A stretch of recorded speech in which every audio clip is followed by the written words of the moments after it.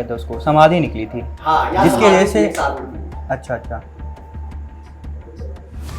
वो वहाँ जब उसकी समाधि टूटी तो वो जब वहाँ पे खड़ा हुआ तो लोगों को यहाँ पे घाट पे श्राप दे दिया। हाँ, सकता है ये समाधि वाला जो आप बताए हैं ये सही भी हो सकता है। ये सही आपका है, कहना है ये सही है, यही सही है। यही सही है।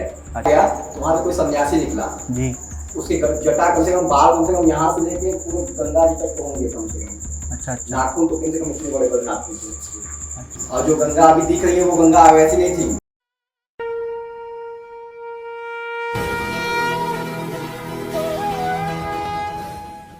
क्या आपने सोचा है कि कोई इंसान सदियों तक जमीन के अंदर कैसे जिंदा रह सकता है?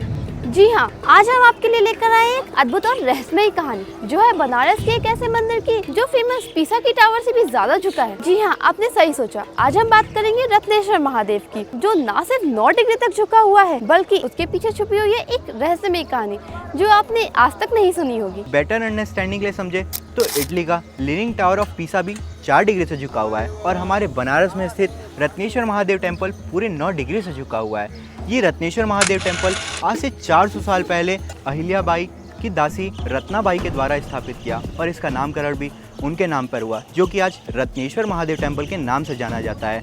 जब ये टेम्पल बना था तो ये बिल्कुल स्ट्रेट था, बाकी टेम्पलों की तरह। साल में 4 महीने पानी में डूबा रहता है ये मंदिर।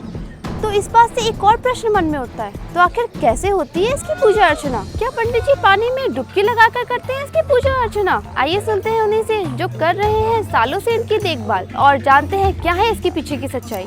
यूट्यूबर्स तो आप सुने होंगे, नए लोग बताते हैं कि पंडित जी अंदर जाते हैं मंदिर में डुबकी मार के जाते हैं, अंदर पूजा करके आते हैं। ऐसा हमने भी सुना बहुत बार, कई वीडियो में हमने देखे थे कि अरे पंडित जी तो ऐसे वहाँ इतने शक्तिशाली पंडित जी हैं कि वो बाहर में वो सब कुछ लेकर के जाते हैं, अंदर पूजा करके आते हैं बाहर। फालतू सब फर्जिफिकेशन है, इसमें मत पढ़िए। हम पूजा सेवा जो भी होता है बाहर से ही करते हैं। भगवान कहाँ नहीं, सर्वत्र भगवान है, विराजमान है। बाहर से ही शिखर का दर्शन करके बाबा का हम लोग माला फूल जो भी इत्यादि माला आरती धूप बाहर से ही करते हैं और बाबा का दर्शन हम लोग ऐसे करते हैं। साल में जब बाबा का मंदिर खुलता है सबके दर्शन सुलभ होता है उस हिसाब से। हर हर महादेव। ये मंदिर भी बनारस के तमाम मंदिरों में आता था, लेकिन कहानी में ट्विस्ट तो तब आया जब इन घाटों का सुंदरीकरण शुरू हुआ। इस कहानी की शुरुआत होती है आज से 80 साल पहले, जब रत्नेश्वर महादेव टेम्पल के अगल बगल खुदाई का काम चल रहा था। क्योंकि अगर इस पिक्चर को ध्यान से देखें तो आप ये नोटिस करेंगे कि रत्नेश्वर टेम्पल के आसपास का एरिया काफ़ी रेतीला और बराबर भी नहीं था। खुदाई के दौरान वहाँ के निवासियों और वहाँ काम करने वाले लोगों को कुछ ऐसा मिला जो उनकी कल्पना से भी परे था। उन्हें खुदाई करते समय एक योगी मिला जो कि समाधि के रूप में जमीन के नीचे बैठा हुआ था। ये देखकर कि कोई व्यक्ति जमीन के अंदर है और फिर भी जिंदा है, ये अपने आप में ही एक रहस्य है। मगर ये स्टोरी शुरू करने से पहले आपको ये जान लेना होगा कि समाधि क्या होती है। आइए इसे मॉडर्न एग्जाम्पल से समझते हैं। सोचिए आप कोई वीडियो गेम खेल रहे हैं और आप उस वीडियो गेम में इतना डूब चुके हैं कि वो वीडियो गेम ही आपकी पूरी दुनिया बन चुका है। आसपास की दुनिया में क्या चल रहा है, क्या हो रहा है, आपको कुछ नहीं पता। Please, your God. Boy! You think you hard. Here I come, this is my final time. You wasn't expecting this, boy! समाधि भी कुछ एक ऐसी अवस्था है, लेकिन खेल से थोड़ी ज्यादा गहरी। समाधि का अनुभव करने का मतलब ये नहीं कि तुम मरते हो या दुनिया से अलग हो जाते हो। इसका अर्थ ये है कि तुम्हारा मन एकदम एकाग्र और शांत हो जाता है। यह अवस्था तुम्हें याद दिलाती है कि तुम समय और जगह की सीमाओं से मुक्त हो और पूरी तरह से जिंदा और जागरूक हो। समाधि एक ऐसी स्थिति है जिसमें व्यक्ति गहरी अवस्था में लीन होता है। इसका मतलब ये नहीं कि वो सांस लेना छोड़ दे या खाना पीना छोड़ दे। समाधि में व्यक्ति की शारीरिक क्रियाएं जैसे सांस लेना जारी रहता है। यह एक आध्यात्मिक या मानसिक अवस्था है, ना कि शारीरिक अवस्था का त्याग। यह ध्यान और एकाग्रता की एक ऐसी स्थिति है जिसमें व्यक्ति मूल भौतिक जरूरतों को नज़रअंदाज नहीं करता, जैसे कि सांस लेना या भूख लगना। इसमें व्यक्ति उस पर काबू पा लेता है। मैंने तुमको अभी बताया कि समाधि में व्यक्ति भौतिक जरूरतों का त्याग नहीं करता। भौतिक जरूरतें जैसे खाना खाना, सांस लेना। लेकिन खुदाई के दौरान जब वो योगी समाधि में बैठे हुए मिले तो कैसे इतने वर्षों तक वो जमीन के अंदर जीवित रहे? अगर मैं तुम्हें शॉर्ट में बताऊं तो समाधि योग का सबसे अंतिम पड़ाव है। इसे तभी प्राप्त किया जा सकता है जब व्यक्ति योग और साधनाओं को करने के बाद अपने मन को बाहरी वस्तुओं से हटाकर उसी में लीन होने लगता है और अपने सांस पर काबू पाता है। वह मन स्थिर और संतुलित हो जाता है। इसी को कहते हैं समाधि की अवस्था। अब तुम्हें समाधि का मतलब तो पता चल गया है, तो अब चलते हैं अपने स्टोरी पर। योगी को इस अवस्था में देखकर लोग हैरान हुए। और सबसे ज्यादा गौर करने वाली बात तो ये थी कि उनकी जटाएं 15 से 20 फीट लंबी, उनके नाखून 2 फीट से ज्यादा लंबे थे। लेकिन लोगों की जिज्ञासा ने उस योगी से उन्हें संपर्क साधने में सहायता की। लोगों के तमाम प्रश्नों का योगी जी ने उत्तर दिया, और वो उत्तर एक प्रश्न ही था कि ये कौन सी सदी चल रही है।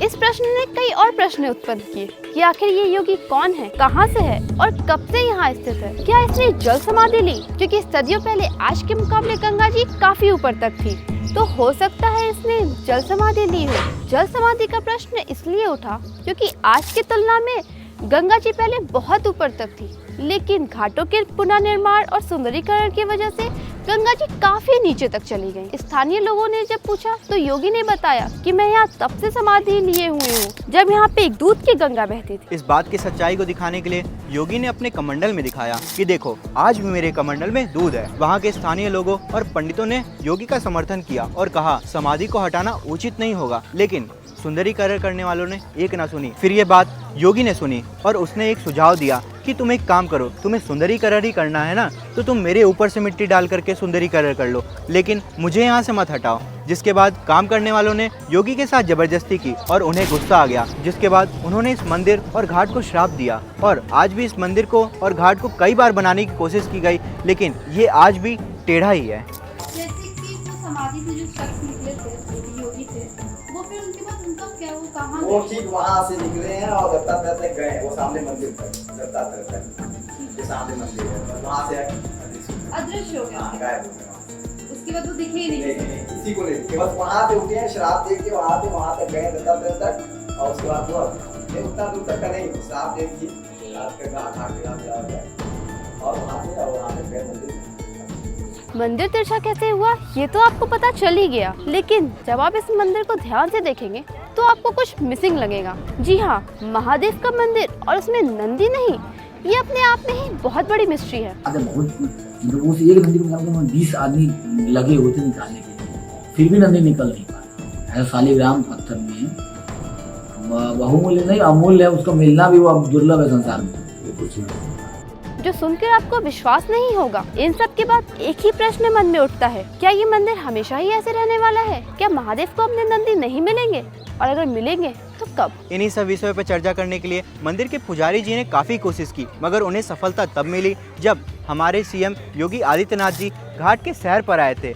तभी काफी कोशिशों के बाद पुजारी जी भीड़ से बचते हुए योगी आदित्यनाथ जी तक पहुंचे और उन्होंने मंदिर और नंदी जी के बारे में बात की। जब योगी जी घाट के सैर पर आए थे तब भीड़ के कारण मंदिर के पुजारी जी को जोर से चिल्लाना पड़ा। उनको योगी जी से बात करनी थी कि कैसे नंदी, जो माने जाते हैं कि शालिग्राम पत्थर के बने हुए हैं, उनको उनके स्थान पर वापस स्थापित किया जाए और मंदिर की सुंदरता बढ़ाई जाए। क्या आपने कभी ऐसा कुछ अनुभव किया है कि आपकी पर्सनल बाउंड्री कोई क्रॉस कर रहा हो, आपके निजी या धार्मिक मामलों में कोई दखल अंदाजी कर रहा हो? अगर आपको ऐसा लगता है कि Datteswar Mahadev 7 wonder of world में शामिल होना चाहिए तो कमेंट बॉक्स में हर हर महादेव जरूर लिखें। और अगर आप वीडियो अभी तक देख रहे हैं तो इस वीडियो को लाइक, शेयर, सब्सक्राइब करना ना भूलें, ताकि हमारी वीडियो सबसे पहले आप देख पाए।